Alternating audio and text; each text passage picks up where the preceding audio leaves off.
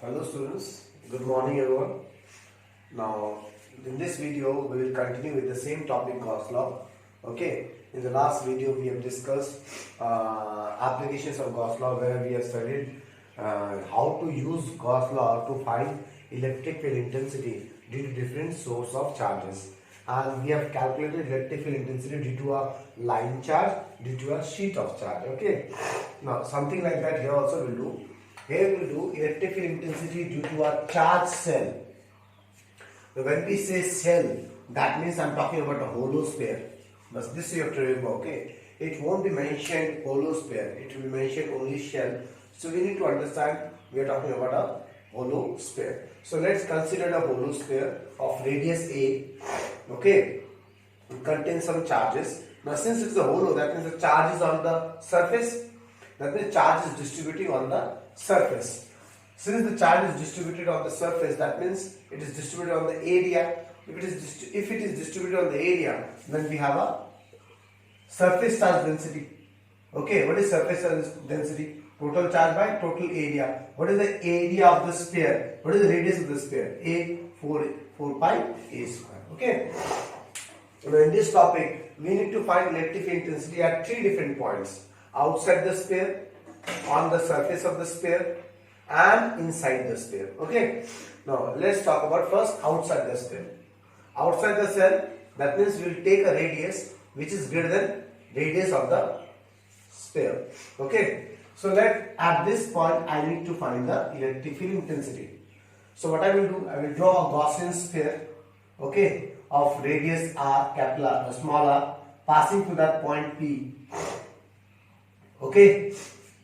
Done? Okay. Now what I have to do, I have to find flux, because to apply Gauss law we need to find flux. Okay. For calculating flux, first we will take a small area. Then this is a small area. This area will go outside dA vector. Okay. Next we need to find the electric field direction at this point. So this is plus charge. So to find the electric field direction, what we need to do, we need to place a test charge. We need to imagine we have a plus sign here. Okay, this plus sign will repel into this plus sign, so it will go in this direction. So this is electric field direction. Okay, therefore total flux is closed integration E dot dA, okay, through this surface, through the Gaussian sphere. Now since it is a sphere, we cannot distribute it into different surfaces. The closed integral will continue. You understand what I'm saying? If it was a cylinder like the last videos, we distributed we segregated the closed integral into open integrals. But here we are dealing with what? Sphere. That means we cannot segregate. Is that okay? So E dot dA is what? E dA cos 0, Y cos 0. See, E and dA both are in same direction. Okay. Now E will be constant. Why? Because the whole sphere at every point it is equidistant from the center. That means E will be same. See, E is coming out. E is a constant. Integration dA. The closed integration dA. Which surface we are integrating? This spherical surface we are integrating. The Gaussian surface. This area कितना होगा? 4 pi r square. Okay. Now if we apply Gauss law, Gauss law says the flux will be equals to 1 by epsilon times the charge. So total charge inside this sphere, the Gaussian sphere, the whole cell is there. The whole cell contains Q charge. That means inside this Gaussian sphere also there are Q charges. So we have written here Q. Is that okay? Okay. Next, apply this expression here. Whatever the flux value we got, substitute here. From there we got E equals to 1 by 4 pi epsilon Q by r square. Okay. Now sometimes we have the expression in terms of sigma. So I am converting. So I am replacing Q as sigma into 4 pi a square. Q sigma into 4 pi a square. 4 pi will cancel out. So we got one more expression, this. So sometimes we keep the derivation at this point, sometimes we keep the derivation at this point in terms of sigma. Okay. Now on the surface of the cell, what will happen? On the surface of the cell, this R will be equals to A, because this point P shift to this point. That means the R value will be equals to A. So substitute this R value here. Okay, 1 by 4 epsilon Q by A square, or here sigma by epsilon A square by A square. In the place of R, you have to substitute A square. A square will cancel out because sigma by epsilon. Okay, next is inside the cell. Now inside the cell, what will happen? We have this cell of radius A. inside at any point P, for example, this is the point P, where we need to find the electric field intensity. Okay, now wherever we need to find electric field intensity, from that point, what we need to do? We need to draw a Gaussian sphere. So we're drawing a Gaussian sphere. I need to find electric field intensity at point P, so I'm drawing a Gaussian sphere. Okay, now for finding the flux, why we need to find flux? Because we need to apply Gauss law.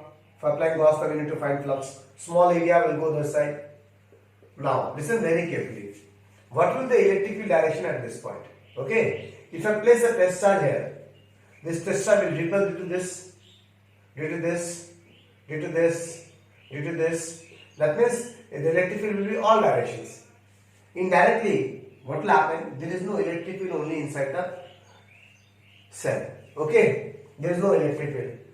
Just for the simplicity of the calculation, what I am doing, I am not placing the electric field, not placing the test charge anywhere. Because if I place the test charge, electric field will be all direction, because this test charge will repel by charges at this point in this direction, charges at this point in this direction. Okay, so just for simplicity of the calculation, I am taking the electric field direction in the same direction as with the towards the area vector. Okay, and at the end the electric field becomes zero only, so there is no use of this. So just for simplicity, again the same thing we will do. Flux E dot dA, E dA cos 0, E will come out, integration dA 4 pi r square, this surface 4 pi r square. We are integrating along this surface, the Gaussian surface. Okay, so it is 4 pi r square. Now by Gauss law, flux will be equal to 1 by epsilon to the charge.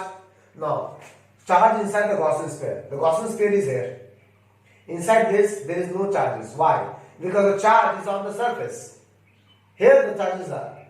Inside this Gaussian sphere, there is no charge. Charge is outside the Gaussian sphere. That's why the charge is 0. Further, we got electric field equals to 0. Okay. Now, we need to show the variation of electric field versus distance from the center of the cell. This is the cell which contains some charges. Okay, from the center of the cell, the distances we name it as R. Right? So we need to find the variation of electric field, how the electric field value is changing, okay, with respect to distance from the center of the cell. Okay, so we already got three expressions. Outside it is 1 by 4 pi epsilon q by r square, or sigma by epsilon a square by r square. That means what? Outside it is inversely proportional to r square. Okay, at surface it is 1 by 4 pi epsilon q by a square, or sigma by epsilon naught. Okay, and inside it is 0. So this valid for greater than a, this valid for equals to a, and this valid for less than a. So how to draw the graph? Now see, try to understand how we are drawing electric field versus distance from the center. Okay, first we need to draw a reference. The reference is A. Okay, R equals to A. This is the R equals to A reference. This should be the dotted line, because this is not a graph. Okay, this is not a graph. This is just a reference line. So this side will be R less than A, and this side will be R greater than A. Okay, this is R equals to A. Now inside, R less than A was inside there is no electric field. Okay, now R equals to A means what? Surface. Now check out this value and this value. Which is the greater one? Here R is greater than A. That means नीचे A से बड़ा है. That means this value will be small and this value. So surface पे maximum होता है. Okay, the maximum electric field. Like this is ES, and then R greater than A. That means outside it is inversely proportional to R square. So what will happen? The graph will be like this. Okay. So why starting from here? Because at the surface the electric field is maximum. Why maximum? Because if I take outside value, R is less than A. Okay. Understood what I am saying? Sorry, greater than A. R is greater than A. For example, A is 2. A is 2. Now in this R is greater than 2. That is 3. So if I put substitute 3 here, if I put substitute 2 here, okay, this value becomes less. नीचे 3 square आ जाएगा, this ये छोटा हो जाएगा, ये A. So this is the maximum. Okay, and further if I substitute more values of R, 3 से बड़ा डालना पड़ेगा, 2 से बड़ा 3, then 3 से बड़ा 4, then 5, then 6. This value will be always less than surface value. The surface is maximum and then it will decrease. So this is, in this case, It is inversely proportional to r square. In this case, greater than a, inversely proportional to r square. Here, there is no electric field. That's why this is a dotted line. Why this is dotted? This is just a reference. I'm just showing that this point belongs to electric field ES. So it's a reference line. It should not be dark line. Do you understand? If you make a dark line here, the whole graph is wrong. Again, it is a dotted line here. This shows the reference r equals to a. Okay. Now we'll go to the next topic where we'll deal with the solid sphere. Here we have discussed the hollow sphere. Now we'll deal with the solid sphere. Now see, we need to calculate electric field intensity due to a charged solid sphere. Okay. That means now the charge is distributed inside the sphere. Okay, this sphere is a 3D figure. That means the charge is distributed in the volume since it is solid space. Now, for most important part, again, this topic is not there in the syllabus. Okay, CBC students, this topic is not there in the syllabus. So, why we are doing it? Just to understand it, just a little bit more knowledge again, more knowledge we can gain, we can understand what is going on. Okay, so not in the syllabus, so you don't need to prepare for your boards regarding this topic. Okay, now what I told you, we are interested in charged solid sphere. What is the difference between charged solid sphere and a charged cell? In charged cell, it is a hollow. That means the charge is distributed on its surface. In those cases, we are dealing with surface charge density sigma. Here, we are dealing with charged solid sphere. That means the charge is distributed inside. That means in the volume. So here we will deal with volume charge density rho. So it is total charge, let the total charge is Q by total volume of the sphere. The sphere which we are dealing with here is its radius is A. And see, I have shown the charge inside. Okay. And it's 4 by 3 pi AQ. Now again, here also we need to find in 3 different places, inside, surface and outside. Okay. Let's check. Inside is exactly same as it was there for the cell also. Okay. So, sorry, not inside, outside. Outside, we need to find the electric field intensity at this point. So, draw a Gaussian sphere. Okay, understand? We have shown the area vector. This thing we have discussed just now. Electric field plus A, aa jayega. Find the flux. This also we have discussed. Flux to this Gaussian sphere. So, sphere radius is r. That means d will be 4 pi r square. Now, what the Gauss law say? Flux will be equal to 1 by epsilon total charge. Inside this Gaussian sphere, we have the whole cell. Not cell, but the whole sphere inside, charge sphere. That is, whatever the charge is there inside the sphere, the same charge is there inside the Gaussian sphere also. Okay, so that is Q. We got formula Q by 4 pi r square. Done. Next, we don't want the expression in terms of Q. I want my expression in terms of rho. So I am substituting. We know what is rho. Q by 4 by 3 pi AQ. The volume 4 by 3 pi AQ. So substitute Q. What is Q? Sigma rho into 4 by 3 pi AQ. I'm substituting here. So we're getting this one more expression. Okay. Next, on the surface of, not cell, this will not be cell, outside the sphere. Okay. On the surface of sphere, R equals to A. Substitute R equals to A here. We got the expression. Substitute R equals to A here. We'll cancel out. We'll get this expression. Okay. Now, inside part, there is a little bit different in inside. Outside and surface almost same. Only one difference is that earlier we substituted Q equals to sigma into 4 pi A square. Now it is not sigma into 4, it is sigma into volume of the whole sphere. Okay. Now inside, the whole charges are there inside. Now I am interested in one point inside P. Okay, which have distance R from the center of the sphere. So we draw a Gaussian sphere. Okay. Now inside this sphere we have plus charges, right? Earlier we don't have. So electric field will be in this direction. Okay, D will be also in this direction. In the previous case, we don't know about electric field direction. Okay, because from all sides the forces were there. Remember what I'm saying? Okay, so in this case we are bound to take the electric field in this direction because due to these charges, electric field will be outside. Again, find the flux.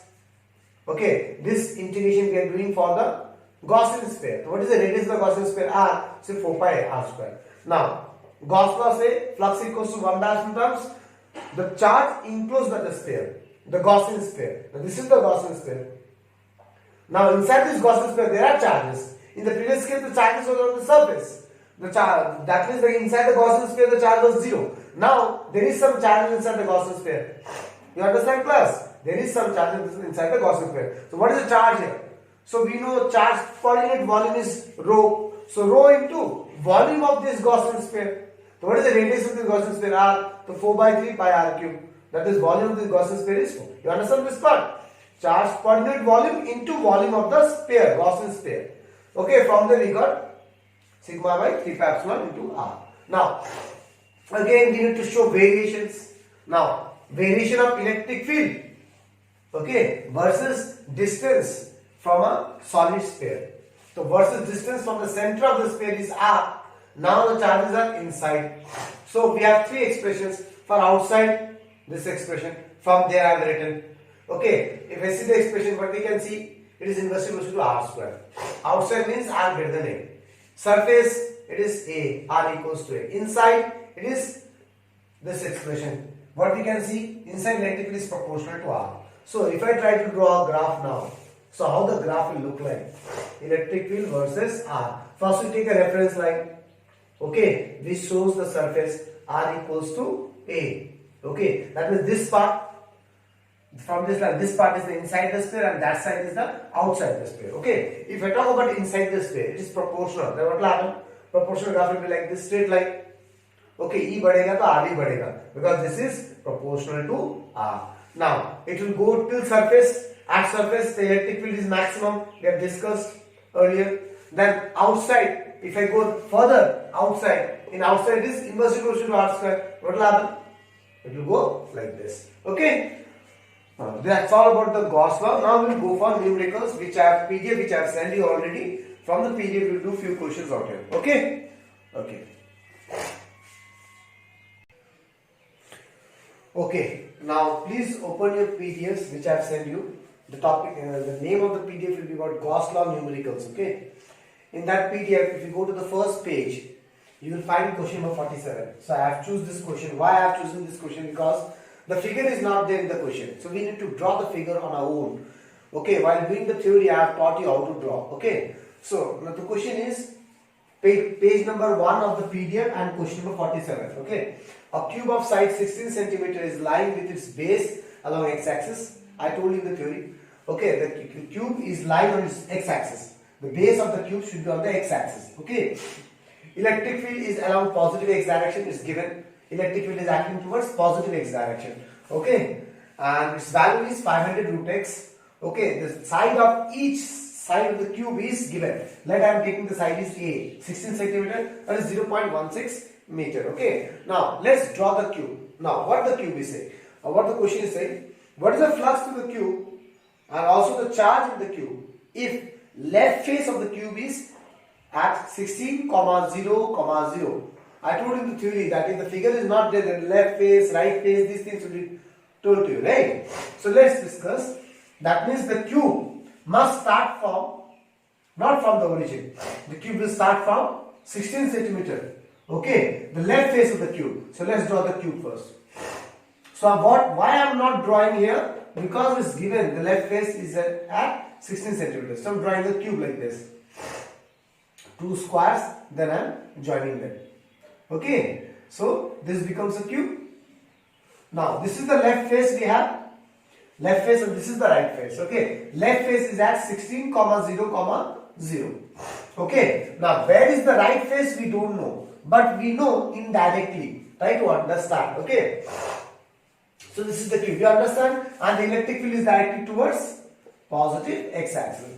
Now if the left face is at 16, what does that mean? From here to here it is 16 centimeter. Right? Now each side of the cube is what? 16 centimeter. That means 16 plus 16, 32. That means the right face will be what? 32, 0, 0.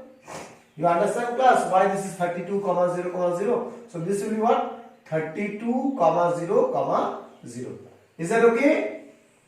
So you understand how to draw the graph, the left face and the right face. Is that okay? Now we'll do the how to do this question. We'll do it. Okay. So I was just showing you the figure, how to draw the figure. You understand the figure? Now let's discuss about how to solve the question.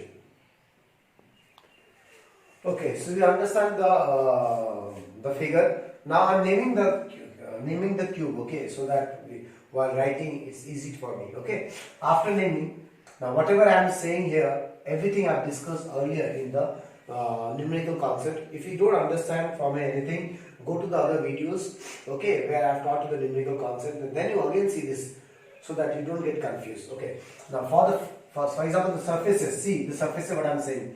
A H D E F. H D E F. And for this surface, this is the area vector outside. Okay. Electric field is here in this direction. X-axis. It is in positive z-axis. X-axis 90 degree. Okay. That is angle between E and A is 90 degree. Now for B, G, C, G, A. Where is B? There is B. B, C, G, A. For this, B, C, G, A. Electric field is going inside the plane. Sorry, area vector is going inside the plane and electric field is in this direction, x-axis. Okay, inside the plane means what? Negative z-axis. Because outside is positive z-axis, inside is negative z-axis. Again, electric field direction is perpendicular to area vector. Okay, that means angle is 90. Now for BC, BCDH, area vector is upward, right? Electric field is 90 degree. For AGEF, area vector is downward, electric field 90 degree. For these surfaces, the flux will be 0. Okay. Next, we left with only two surfaces. One is AFHB, that is surface 1, and name it as surface 1. And another is this one, CDEG, this one, where I name it as surface 2. Okay. Now, I have told you like this electric field is variable. Okay, these things I have discussed earlier. To find flux, we have only one formula, EA cos theta. Okay, but for applying this formula for the whole A, E should be constant. These things I have told you. For the whole A, E should be constant. But here, what I can see, E is changing with X. That means E is not constant. But I have told you in the theory that for this surface, X value is fixed 16. If I take any point on this surface, X is always 16. And this for this surface, electric field is constant. Okay, similarly for this surface, X is always 32. Okay, that means for this surface electric field is constant. So we can find the flux using the formula EA cos theta. Okay, so for the surface 1, that is BHFA. What is electric field? 500 into X value on that surface. What is X value? 16. But in SI unit I made 0.16. Okay, so we calculated it. We got the even value. Now, therefore, flux through this first surface.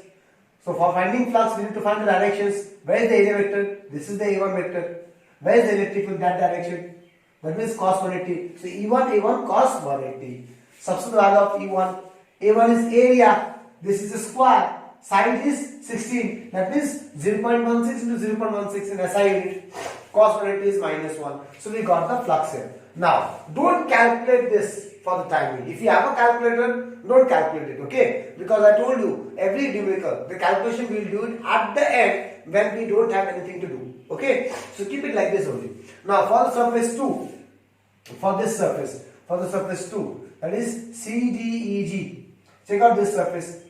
Where is the area vector? Outside. This is the area vector, A2 vector. Where is the electric field? That means E2, A2 cos 0. Now, for this surface, X value is 32. The electric field कितना आएगा? 500 root 32. 32 centimeter में है तो I will take it in meter. 0.32. From there we will get the electric field value here. Okay, then find the flux. Okay, again don't calculate. Okay, what is net flux? Addition of all the flux. Now, why I said not to calculate? Because see, this is common. The area is same na, for both the surfaces. So I am taking out common 0.16 into 0.16. So what we have fit 282.8 minus 200. Because this is minus because of -1 due to cos 180. Okay. Now you can calculate the whole thing. You understand? Okay. Next, in the question they told you this is all about the net flux. Next they told you find the net charge inside the cube. So we got flux and we got flux through a cube. Cube is a closed surface. We can apply Gauss law. Since it is a closed surface, we can apply Gauss law. What the Gauss law say? 1 by epsilon times total flux to the cube is equals to 1 by epsilon times the total charge. Right? 1 by epsilon times the total charge. Let Q is the total charge inside the cube. From there we can calculate Q 5 into epsilon naught. 5 value we got, substitute here, epsilon naught 8.85 10 to the minus 12. From there we will get the answer in coulomb. Okay? Now we will go for the one more question. Okay class, now this is the next question which is not there in the PDF. Okay, so I am written the question here. Now this is very important with respect to boards, this type of sum. Now let's read the question first. You have to write down this in your notebooks, okay. A small metal sphere carrying the charge plus Q is located at the center of a spherical cavity okay, in a large uncharged metal sphere, okay, as so. Find electric flux at points P1 and P2. So, in this line, in two words are underlined very nicely. Metal, metal, metal. Now see, the same question, they may ask you a small sphere, metallic or conducting, conductor or metal. If these words are there in the question, then the whole scenario of the question changes, okay? How to do the sum changes. But if these two words are not there, if they say only we have a sphere, metal word is not there, conductor word is not there, then the whole way of doing the sum is different. So we'll discuss both the cases here. Okay, now see here. So first try to understand the figure. We have a metallic sphere here. Okay, a metallic sphere is there which contains some charge Q. Okay, now this sphere is where? At the center of a spherical cavity. A spherical cavity, this is a cavity of a metallic, this is a metallic sphere. Okay, this is the metallic sphere. This is a metallic sphere. This metallic sphere has some cavity inside. Okay, cavity is what? A air pocket. Okay, inside the cavity at the center we have a metal sphere which carrying charge Q. Okay, you understand the condition? Now we have 2 points. One point is inside the cavity P1 at a distance R1, which this figure is given in the question. Okay, and one point is P2 which is in the metal area at a distance R2. We need to find flux to P1 and P2. Now, try to understand what will happen. Okay, I have drawn the whole figure here. Now again I am drawing the figure. Now try to understand so that one by one you will come to understand what is going on. Okay. Now here we have a plus Q charge. Since this is a metal sphere, this word is very important. Now metal. That means it has infinite number of free electrons. So what will happen? Whenever there is infinite number of free electrons, induction occurs. Due to this plus Q, the electrons inside the metal sphere will come in the inner surface and we have an induced minus Q charge here. Okay. And since the electrons are here, that means the opposite charge we have induced positive Q will have. Okay. So this induction process occurs whenever we have this word metal or conductor. Understand? So now come to the figure plus Q. So the inner surface of the metal will have a minus Q and the outer surface will have plus Q. Like you need to understand in which questions we have to do this induction process. The questions which has metal spheres or conductors, in those questions we have to do this induction process. If this metal and conductor word are not written out there, then we will not go for conduction, this induction process. Okay, we'll directly go for the question. You understand? Okay, induction process done. Now let's go one by one. We need to find flux through P1. This is P1. Okay, so I'm drawing a Gaussian sphere so that we can apply Gauss surface. Gauss surface, Gauss law. For Gauss law we need a closed surface, na? So we are applying a Gaussian. We are drawing a Gaussian sphere. Okay, so flux will be what? 1 by phi 1 means what? Okay, flux through this surface 1. This is, I named this as surface 1. Will be equals to 1 by epsilon times the charge enclosed by this. So inside this Gaussian sphere, how much charge we have? Only plus Q. So it is Q here. So flux is Q by epsilon. The flux through P1 is Q by epsilon. Okay. Now for P2, we have to again draw a Gaussian sphere. Okay. Now flux through this sphere I have named as surface 2.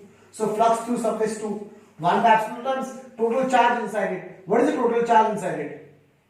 Plus Q and minus Q. Both the charges are there. So plus Q minus Q. What is the flux? Flux is 0. You understand, class? Now, this was the question what I have written at the top. Now, if in this question, this metal word, we remove the metal word, for example, we don't have the metal word, okay? We have a small sphere carrying some charge Q.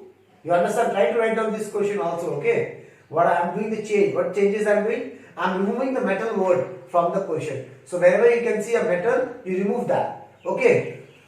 A small sphere carrying the charge plus Q is located at the center of a spherical cavity in a sphere, in a large uncharged sphere, no metal, as so. Okay?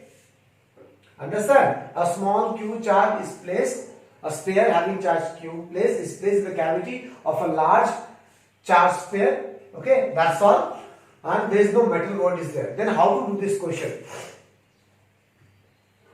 Special case without metal word. If the metal word is not written out there, then what is the speciality of metal word? Induction was going on. Now when we don't have the metal word, no induction, that means from P1, draw Gaussian sphere. So what is flux 1? 1 by epsilon times total charge. Inside this P1, how much charge we have? Plus Q. Now from P2, again draw a Gaussian sphere. So flux 2 will be what? 1 by epsilon times. What is the total charge inside this? Now the total charge is only Q. So here the answer will change here. Okay. Due to the metal, the induction was going on. The flux through P2 was becoming 0. Now when we don't have the metal word, then the flux through P2 will be remain, because here the y was 0 because of the induction we have minus Q also, right here. So plus Q. Now there is no induction. So inside this Gaussian sphere, this one, the bigger one, we have only plus Q charge. You understand class? Okay. Now in the next video we will go further this type of interesting questions. Okay.